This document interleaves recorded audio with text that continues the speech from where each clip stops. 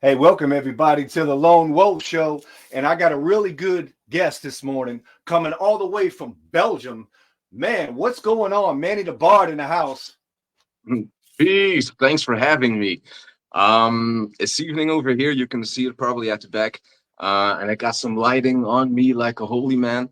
So I hope you can see me all right. But thanks for having me. Great privilege. Yeah, absolutely. So we got like a 9 hour difference. So it's been difficult to try to schedule you, but man, I've been like watching your pagan music from afar. I've been watching your pagan music, and I'm really excited that you just dropped a brand new album, man. Where can we find this album? I know where to find this album, but I want you to tell our viewers where we can find this album. Everywhere. YouTube, Facebook, Bandcamp, and all the other music platforms. But it has to be on all music platforms because, of modern bullshit and shit. Can I curse, by the way? Yeah, sure. I don't see why not. Because I curse like a sailor. Um, but if the people download it on Bandcamp, they get two extra songs and an essay in which I explain all the lyrics on the album. So it's better to download it on Bandcamp than on the other music platforms. Hmm. I don't know so much about artists off of the continent, but a lot of the American pagan musicians prefer Bandcamp because the money goes directly to the artist. It doesn't cut corners. iTunes and all the other distro kids and CD babies, they're not getting a cut. All the money is going to the artist. And a lot of times, it's very important that artists can make a revenue because it just helps them buy a cup of coffee, or buy a cup of coffee, or perhaps What's make up in better news? music. Yep. Yeah. Salute to that, man. Salute to that. Yeah. So, man, when did you first start writing raps, man? And who are your mainstream artist influences? Ooh, all right. I started writing when I was 10. Um, at that time, one of the biggest influences was Will Smith because that's how I learned my English by watching The Simpsons and The Freshman of Bel Air. Because we have subtitles here, so we listen to the English being spoken. Um, but yeah, I started writing when I was 10. Started producing when I was 19, and everything sucked by then. But eventually, I started becoming okay in it. Um, and now, like big influences um, in rap music, it's yeah, like the big people, like Rakim, KRS One. Um, there's a couple of others, like Cannabis. Kalki is one of the more underground, I guess, but he's like phenomenally good. Um, and then there's just other, music styles. I love Burning Spear, reggae music. There's, Planksty was one of my favorite bands, is Irish folk. Um, and then, like Lorena McKennitt. Wow, what an amazing artist. Yeah. Yeah. Um, yeah, and then medieval music, that's just it's dope. I love the instruments too. So what's going on in Belgium in your location? Like I've been following your music for a long time, but man, I've been seeing some pictures that you're putting out, publicly, like that you're surrounded by people like that they're doing music. Like I've seen some really good pictures, man. What's going on with you, musically? Nothing much really. I used to be part of the local cipher in Ghent. Uh, we just it was some freestyle circles and I had some DJs and beatboxers and graffiti writers and just like hip hop stuff, right? Mm-hmm. Um, and I translated the Hip Hop Declaration of Peace to Dutch as a sort of a reintroduction of the Hip Hop Declaration of Peace to that audience, and to make it a bit more readily available because like my English is kind of good, but I, Mm-hmm. al- I always think that just because people are hip hoppers that they just like randomly speak good English, but apparently it's not the case. Mm-hmm. So it's kind of it came in handy that I translated it to Dutch, as a reintroduction of true hip hop values to a hip hop audience that probably wasn't really aware of what hip hop culture really was. Mhm. And then I introduced the Hip Hop History Month in November. We did a couple of shows and stuff like that. But then I bought a house near the forest here and moved away from the city. So basically, I have almost no contact anymore with other hip hoppers. So I'm kind of Mhm. alone on that. Um, and musically, nothing much is really happening for me. I just do my music and I hope it reaches somebody. Um, which actually it really doesn't, because it's a difficult audience. I think rapper hip hoppers in generally don't really listen to a lot of folk music, and then you have the Mhm. folkies that typically look down on rap because what they think is rap is gangster rap or what they've heard on the radio, commercial bullshit rap. So they tend to think that it's music for stupid people or whatever, and I try to make it a bit more intellectual, and I think I lose audience on that. Mhm. So I'm kind of alone on this. I definitely can relate how pagan community in the United States receives what is pagan hip hop.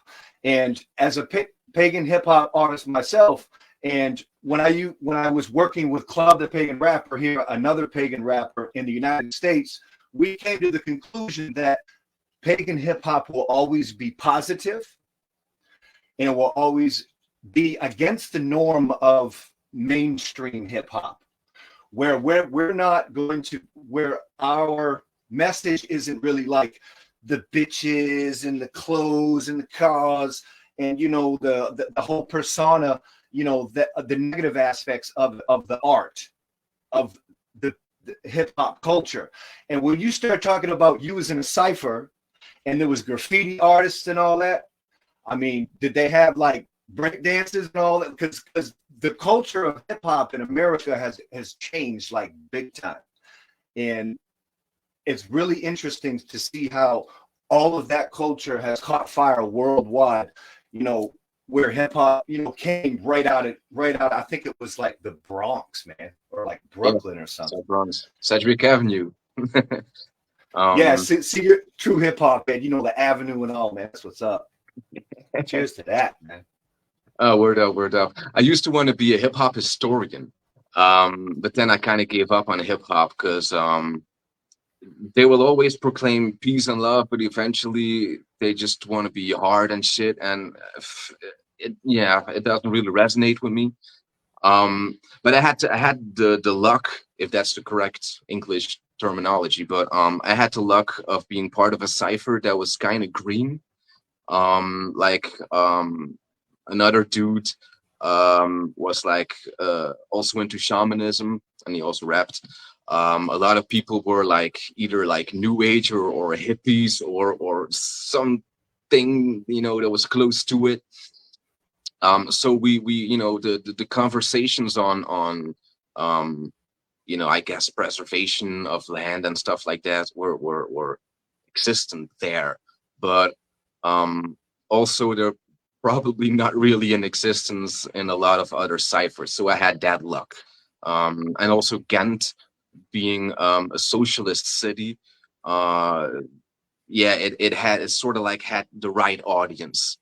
um but yeah, again, usually rap is just even when it's positive, it just has that non-folk sound that I try to bring in it, and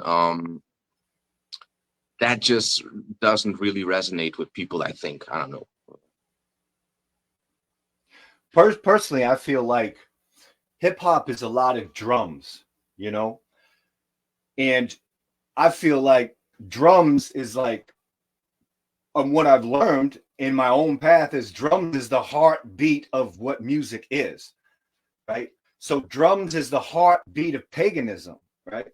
So when we're Mm, hitting all these hard percussing and drums and we're rapping, or what we call, I mean, that it's poetry or a spoken word over that has like a linguistic twist to it, you know, flavor. So I mean, I'm not really sure. I think what's going on is the mesh of pagan culture and hip hop culture, and it's become almost like a subgenre, right? And a subgenre that is rare, unique, and the ones that have pure pagan passion are doing it the best. Manny the Bard, you're doing it the best out there in Belgium. I got to hand it to you. I know a handful of pagan rappers. You're one of the better ones, man. And I'm glad to have you on the Lone Wolf Show, man. Where can we find your music? We've got you on Bandcamp. How do we find you? Manny the Bard, Yeah. MINIDABARD, Manny the Bard. Just hit that Bandcamp up. Check out his new album. What's the name of the new album? All right. So the name, by the way, Manny the Bard, is, well, just a Dutch translation of Manny the Bard in English. Some people seem to think that it's French or whatever because of the. But da is just the in Dutch. So Manny the Bard with DE, and then Bard is just like the English Bard. The album is called Magical Renaissance. That's just written correctly. Yeah, on Bandcamp. But you can find me everywhere. Basically, if you get a major site that you know of, like WordPress or YouTube, Bandcamp, Facebook, Instagram, you know, usually I'm there. So you can find me over there. And then the album itself, Magical Renaissance. Um, I put it for the first time. I actually made it an album that you have to pay for. It's €10, so it's possibly like $10 or whatever. Um, it's 13 tracks with 2 bonus tracks if you download it on Bandcamp. Um, and I included the essay because a lot of lyrics on the album are quite difficult, I think. I really try to get away from anything mainstream, and I was like, fuck it, you know, I'm just gonna go deep down into what I kind of view as underground European philosophy. Not that it's really underground, but it's just that not a lot of people know it's there. You know, like people like Giordano Bruno, John Toland, Spinoza is a bit more known, but still, you know, um, underground movements like Heresy of the Free Spirit and the Radical Reformation. It's all represented in the album. So the essay is a really a must read essay. Yeah, I encourage people to download it just for the essay itself. It's a 40-page essay, so it's not really that long. I've written longer, but it's yeah, it's one of the best albums, no doubt, that I've done. I think my production has improved as well. Um, Beatwise is just like, yeah, kind of the same. I try to put in folk elements. Um, but what you said about the drums, by the way, you said it was kind of like the heart of it, and it just reminded me of Lee Scratch Perry, who always said, you know, I don't make reggae music, I make a heartbeat. That was dope. Yeah. Yep. So that's awesome, man. Pagan rap on a world stage, Belgium. And Belgium is, from a discussion this morning with some dear friends of mine, Belgium is the home of chocolate. So do you like chocolate? Oh wow. Yeah, I like chocolate, but most of the chocolate, well, most of the cocoa actually comes from child labor. So I tend to Oh. not really buy a lot of chocolate. Mhm. Um, well, yeah, a quarter of the cocoa produced worldwide is coming from child labor. Um, I will not say which company I have banned, but it's one of the biggest companies in the world that produce food, so I don't buy anything from them. It starts with an N and ends with E. Yeah, if I buy chocolate, it's like fair trade. Um, but I don't really buy a lot of chocolate. But yeah, Belgium has good chocolate. Yeah, no doubt. But we have really good beers, Yeah. and I'm a fan of beer. Yeah. You're a fan of beer. What's your favorite Belgian beer? Ooh, the regular one is Jupiler. Okay. That's just just a regular beer. I think Stella Artois is more known in America. Mhm. Um, but then you have like the I don't know how you say this in English, but like the Trappisten. They're like Yeah. castle beers or whatever you can call it. They're more heavy. Rochefort 8 or 8 is one of my favorites. And there's a lot of beers actually. They're really really good. We have a lot of beers. No, I gotta say, Manny, you're a really smart dude, man. I checked out your album yesterday on Bandcamp. I listened to the whole album while I was working, and man, I gotta say, sometimes you'll drop like different languages in the album. How many different languages do you rap in on the Magical On the Renaissance album, album? yeah, on the album, it's four. Four. Yeah, but yeah, it's a tiny bit of German in the title track, Magical Renaissance, Okay. and then a bit of French and a bit of Dutch as well. Normally, I tend to do like 50-50 English and Dutch. Mm-hmm. Um, but since nobody really listens to me over here, I kind of felt like that Dutch doesn't really need to be represented because whatever, people from France, Germany, England, and especially from America or the United States, Right. listen to me more than the people from Belgium. So like, fuck it, like why include Dutch? So I have two Dutch tracks and a couple of Dutch verses. Mm-hmm. Um, my French isn't really all that good, but for some reason, rapping in it is kind of easy. So that Yeah. turned out okay, actually, except for my accent sometimes.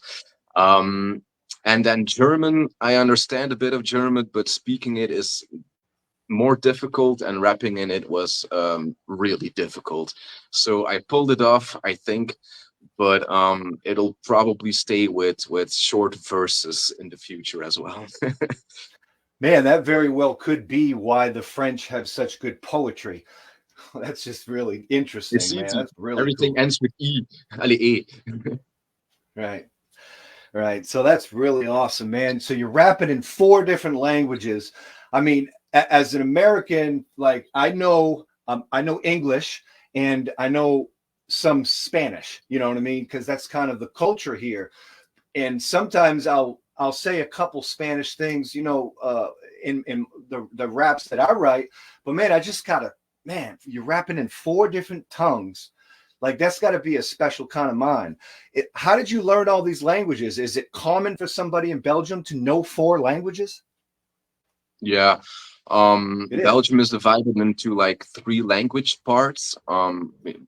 Mostly it's Dutch and French. The northern part is Dutch, Flanders, and then Wallonia, the southern part, is French. We have a tiny bit of a German attachment because of the World War. So they still speak German over there. But usually it's just Dutch and French that is represented as Belgian. And in Flanders we start to learn French from when we're well, depending on the school actually. But I started learning French from when I was 10, which is kind of early, but still my French sucks. So, and I always studied languages. So, I mean, I can go to Wallonia or France and ask the way or ask beer or ask for the bill or whatever, and have small conversations. But like, I wouldn't be able to do this in French, for example. Hmm. Now you mentioned that in Belgium, there's not a huge big audience for pagan rap, and that it seems like other countries are kind of more open to hearing it and everything. I mean, to me personally, I mean, pagan rap is a subgenre, and it's definitely a minority, smaller genre of music, even in the United States. But perhaps more of a flair here than there.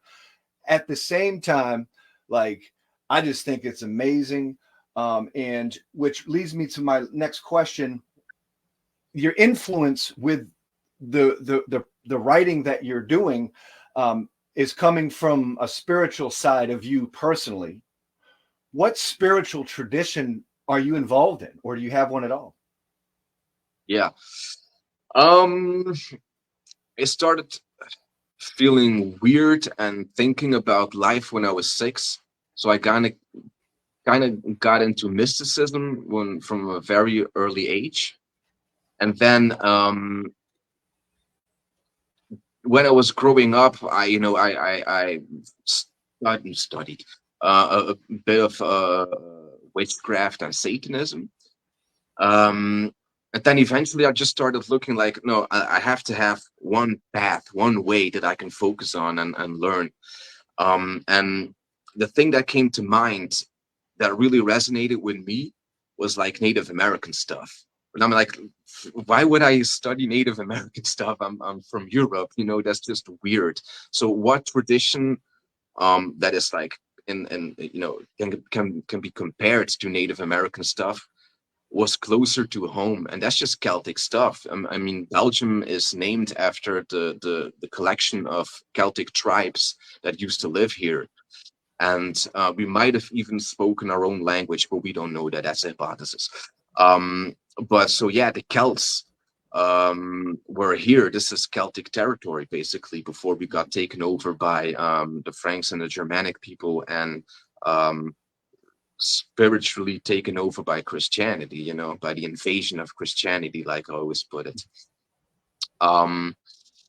So I started with druidry when I was 19, and I was following the New Order of Druids, the NOD, which is based in Antwerp in Belgium. We're a druidic order from Belgium, actually. But eventually started getting into a lot of other stuff as well, again, like alchemy. Alchemy as a great tradition in all of Europe and all of the world, actually, really. And so that resonated with me as well, and it just tied in with all the mysticism and all the older pagan traditions. It just it all sort of came together. So I don't really view myself as only a druid, also an alchemist, also mysticist or something. Do you say it like that? Mystic. Yeah. Oh, mystic. English would Yeah, say yeah, like yeah, mystic. yeah. So yeah, druid, mystic, and an alchemist might describe me quite well. Do you like the occult? Um, well, I wasn't to Satanism, if that counts, but um, for me, what is really important is the land and the connecting to the land that you live on. This is Right. what I wanted to say actually, because like I know of no pagan rappers in Europe except for Taju Sieben from Germany, who is a pagan and also raps. Shout out to Taju Sieben, by the way, but he doesn't really make pagan rap. You also have Mano, who had a world hit with La Tribu de Dana in the 90s. But that's where it kind of ends. But then if you look towards America, you kind of have, one or two pagan rappers that I know of, the ones that you mentioned. But you also have a lot of native rappers, indigenous people that are rapping. Those are dope too. And what I said before, that resonates with me as well. This whole everything that is aboriginal, everything that is indigenous, it just resonates with me because we all think alike. We all know the same things. We are part of a bigger system. It's a cycle. We are not the most important on the planet. We're just a part of it. And as long as we can support the system, we will support ourselves instead of destroying it, like we're doing right now within a capitalistic system. And so I would like to say this before I forget it, but support your local native communities, support your local indigenous communities, because Europe has been completely taken over. Everything that happened to the Aboriginal communities everywhere, it happened to Europeans first, and we lost our complete traditions. We don't have reservations. We don't have old temples. Like the Cathedral of Chartres in France is built on a Druidic temple, just like in Tijo, in I think it's Mexico or Guatemala. There's a church built on a Mayan temple. So it's everything that happened to them also happened to us, and the way that they can still manage to live their way, or try to hang on to their tradition is admirable, and what they do for the environment is extremely dope, because they're still fighting, what I'm saying, like that's dope. And so support your local indigenous communities, I would say. And yeah, native rap is dope as well, because I listen to, like, i love I love languages, not that I understand everything, but like I listen to a lot of Portavoz, for example, from Chile.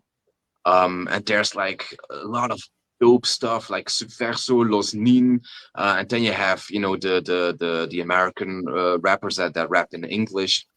Superman, I think, is one of them. But they're dope as well, So and even though they're not pagan, because pagan is kind of refers to like European stuff or white people stuff or whatever, but it's all the same. We're the same people. We just live on different parts of the land, and we have to connect with one another, because we only have each other. Everybody else doesn't really support it or doesn't really comprehend what we're trying to say. It's just all capitalism is justified religiously. It's a religious justification that is given for going to work and sacrificing your life to the economy, which has become God, the God of the market. And that's a destructive way of living. But like it's everywhere. It surrounds me. I feel alone constantly, because basically everybody that I know of is either part of it, or tries to get out of it. They can't, just like me. And the natives are still kicking it, so respect to them. Word up. Mm-hmm. And when you say indigenous, to me, indigenous means the land that you come from. And I feel like I'm indigenous, even I'm American. I live in North America, but I am indigenous to Europe. I am indigenous to southern Italy, to Ireland, to England, you know, and the ancestors scream that tribal living situation where the people were more in tune with the earth, with the mother. And I think what's going on here is the Native Americans have a lot more recognition of being close to the earth. So by you saying that colonialism infected the old indigenous ways of life for Europe, I think that's a very powerful message. And I think that's a message and a way of digesting, that the history of European shamanism is kind of has been taken from our ancestors, right? Mm-hmm. And I feel like you're right. We are all connected with Earth, because all of us, indigenous to whatever lands that we come from, we all come from the Earth. We're all going back to the Earth. Therefore, we are all brothers and sisters, and not so different. Do you agree with any of that?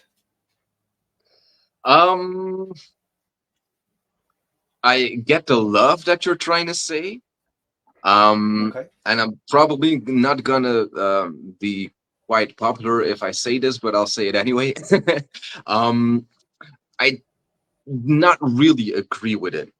There's this thing in America where you're supposed to be well, I'll say it like this: you have racists and you have rootsists. Mm-hmm. Racists focus on race. We all know what racist is. But Mm-hmm. rootsists, they focus on their roots. And I think this is Okay. a weird concept because a lot of Americans do this. They will say, "Oh, my dad is Irish, Italian, and my mother was German, Polish." And here in Europe, was like, "How can you be German, Polish? Like you're either German or you're Polish. Like, like either you live Hmm. in Germany or you live in Poland. You can't live in both. Like double nationality is weird for us." Unless Okay. if you're born somewhere and then you inhabited some other place. But I also think that if you select your ancestry, you're kind of like lying to yourself because oh my ancestors came from Ireland. Like how do you know that? Like they might have migrated from England before that.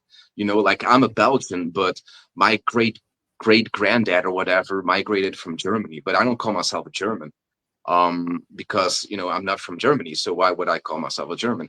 And Americans have this thing because I think they all kind of lost their ways or whatever in the whole like merging together of America. So everybody is trying to search for their roots or searching for any type of connection to life.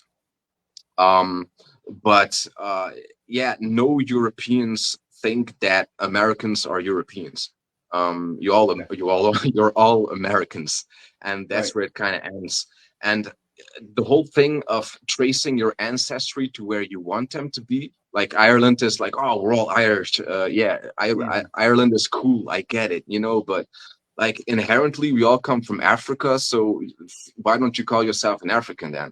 And it starts to become weird when you select your ancestors. Like it's kind of like the same thing as saying, oh yeah, one of my ancestors was a shaman, so I'm supposed to be shaman. Like probably one of your ancestors was a murderer or a rapist or whatever. So like why are you selecting your ancestors? That's kind of a weird thing. And I feel like um if you can really connect to European soil, um by all means go for it. I have nothing against it, but it's like if you've never been here or if you don't speak the languages that you're supposedly from, it's kind of a weird thing to say that you are that. Mm-hmm. And also there's something more beautiful possible. There's something possible that is more beautiful in America, and that is the connection of all people that are there, and the connection to an American identity, and quite possibly even a Native American identity, because I would say to be a real pagan is connecting to the land that you live on, and it can be connecting Mm-hmm. to a place far off. The tree grows where its roots are, and your roots are in America. And you might not like to hear that, but it's kind of, you are a Native American. And I feel like pagan people or any type of people really in America or in Australia or whatever, if you would go to the local tribes and try to connect to them and ask them, can you teach us your ways, because we live here anyway now, so can we form a tribe all together? I've actually heard natives, well, indigenous people from America say that that you will be welcome. um and so for me it's like, can you really connect to European soil if you're not in Europe? So I really don't wish to downplay your thoughts or like um your your drive to connect to the authenticity of life, which I applaud, really. And if you have to borrow from European traditions, fine, whatever, take it. I don't care. Um, but I, I'll reiterate it again. Like no Europeans think that white people in America are Europeans. Mm-hmm. Yeah, that can make sense. It makes me ponder DNA, or when, because I've taken my DNA before, and it will tell me geographically where the migratory patterns of the people in my family tree migrated to. And esoterically, occult wise, we all come from the dirt. So yeah, so and you're absolutely right about Africa, and I think it's on the western seacoast. The oldest remains, human being skeleton remains, are found in Africa. So yeah, that does make sense to me. However, with wordplay, if I was to tell somebody that is indigenous to America or this continent and tell them that I am a Native American, that wouldn't go over so well. Well, actually, I've watched a couple of documentaries on like reservation life, and I don't I've his name is Peter something, I think. And he asked the one of the tribal members, like, what should I call you or whatever, is it Native American?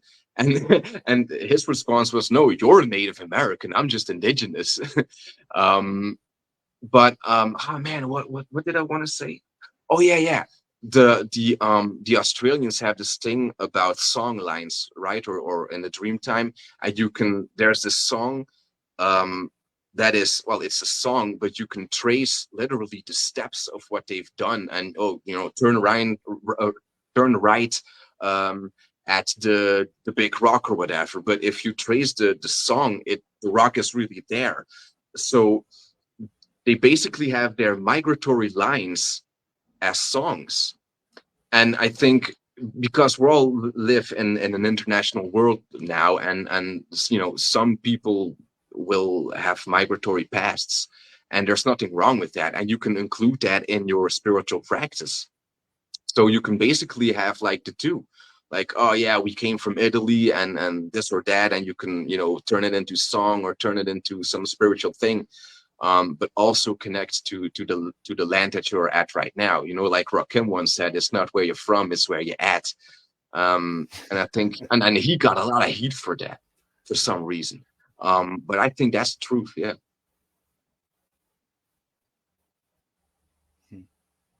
So do you plan on making any music videos for this new album that you've created? Yeah, I've done a couple. Magical Renaissance was like a sort of a clip. Um, Sunlight Over the Hills is one of the more positive songs, because I don't really make a lot of positive songs. I wanted to really put something positive on the album as well. That's a clip, but it's just like the sunset and whatever. But I like the clip. And then of course there's Thesis de Magia, a song called after a book by Giordano Bruno, from Italy, by the way. And that's a dope clip. I know that you've seen it already, but of course you have to ask it. Yeah, that's a dope clip, and that's a dope song. Really really quite content with how that turned out. Yeah. So what is your overall message to our viewers? Ooh. Give us a message. Give us some words of encouragement, advice. There's going to be some viewers, next week, maybe a year or two from now, who knows? But they're going to find this interview. We're going to say, "Wow, man, I want to." I'm a pagan rapper, and and they're going to just draw so much inspiration, man. They need some words of wisdom. The whole thing for me, it kind of starts with like, we got invaded, and everything was lost. And it's kind of the same story for a lot of people. But in our minds, there are concepts that were put there that we tend to view as normal, but aren't really normal, and that are basically lies. We live in a culture. We live a lie that we have turned into culture. And one of those, and perhaps I'll insult people right here, but I don't care. But one of the biggest lies is anthropocentrism, the view that human beings are the center of it all. This is a Greek thing. Um, but it got that view. The Christians inherited that or took it over and did something whole new with it, and even more dominating, because the whole Middle Ages was kind of like the play on uh, more and more demonizing nature, not only putting literally demons in nature and saying, oh, nature is bad or whatever, but like really just downplaying matter, downplaying forests, downplaying sexuality, the body, everything. This whole mind over matter philosophy, this whole we're gonna put our minds over reality and suppress it and basically destroy it, because that's what happened. We destroyed reality. We are destroying matter, and that whole philosophy is an invasion of the mind, and those epistemological concepts we need to get rid of, and it's a difficult thing because they're fundamental. It's almost a fundamentalistic view. This eventually capitalism took it over as well, and we it's okay to destroy nature, or for reason nature is only resources, and you can destroy it because it will make the economy better. This is bullshit. This is not only a lie, but you can clearly see, like, you don't need a Marxist theory to criticize capitalism. You can just look at what they've done. They've I've for my second book that I'm writing, I opened the second book with like not really a summary, but just like a short, quick and overview of what the environmental crises are about, and it's just way worse than anybody can really think. And this whole destruction, it needs to stop. And for it to stop, one of the easiest things that you can do is just to connect with the land and to connect with reality. Like growing your own food is something so simple but so radical. If you grow your own food, people think of you as being weird for some reason, but it's no, that's normal. Not growing your own food is weird. Like, why wouldn't you grow your own food? It's just planting a seed. How difficult can it be? Crafting, making your own food. A lot of people just buy trays from the supermarket from industrial food, and our food is literally poison. Literally, it's weird that this has come to be viewed as normal. So just try to get back authenticity in your life by whatever you can do, crafting or growing your own food, or walking more, spending time in the outdoors, whatever. But that coming back to reality um, is a whole different mindset. And it's difficult, no doubt. It's difficult because you'll be ostracized by a lot of society. But um, in some ways it's also pleasant, because, well, at least you're authentic, at least you're living life the way our ancestors did it, because it's also a way of connecting to the ancestors. um and we are the ancestors. It's not only a spiritual concept of genetical inheritance, but it's also a concept of future. The Native Americans have this thing of the seven generations. um we are the ancestors of our descendants, and we have to take on responsibility is something that we have completely lost in our society. There is a responsibility crisis. And if you tell people, like I'll give you a quick example. Like, I eat meat sometimes, but not always. I'm usually make vegetarian meals because of the complete torturing to death of animals. But if you say it to people, it's like, well, I don't care, or if, or whatever, fuck animals. But then they always say that they're animal friends. They always have animals, and like, oh, they're my little precious babies. Like, why would you allow the torture of animals if you like animals so much. It's just weird. Like, we have to get back to an authentic lifestyle, and you can kill animals for food. I really don't care. But don't torture them to death, you know. Yeah. And you know, just authenticity. Um, and you can get that in a myriad of ways. But you know, like paganism, you know, is just a coming back to reality, just coming back to land.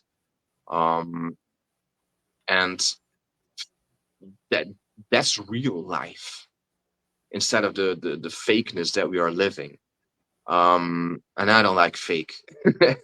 So yeah, you know, be real, you know. Like Kool Herc, the father of hip hop, once said, it's not about keeping real, it's about keeping it right. And you know, and he was completely correct on that. You know, it's a right way of living. It's a moral way of living. You have to take responsibility for your own actions, and that is what we're missing right now, and we need to get back to that. Manny, thank you so much for coming on the Lone Wolf Show, man. It's been an honor, man. A pleasure. We're going to continue rocking that pagan hip hop that you're creating in Belgium, man. It's awesome. Thank you. Thanks for having me, man. It's really dope that you invited me. And perhaps we can do this another time, man. You know, we can go deeper into some concepts, because this was just the beginning, you know. Sure was, man. Keep it right here. Witchcraft TV, the Lone Wolf Show. Manny the Bard. Tune in to the Lone Wolf Yeah, Show. Witchcraft Join us TV. as we embark an enchanting journey with the most renowned pagans of our time, from visionary authors who weave magic with words to musicians whose melodies echo the ancient rhythms of the earth, and witchcraft teachers who unlock the mysteries of the old way. With contemporary and historical witchcraft, man. Meet the authors who pen the spells and captivate our souls, man. Listen to the musicians who strum the strings of Gaia herself, the straight spirit and raw. Learn from the teachers who illuminate the path of hidden knowledge. Don't miss the exclusive series and interviews where mysticism meets the microphone, only on the Lone Wolf Show, man, where magic happens, man, and Witchcraft TV comes every weekday, Monday through Friday at 9 a.m. Witchcraft TV.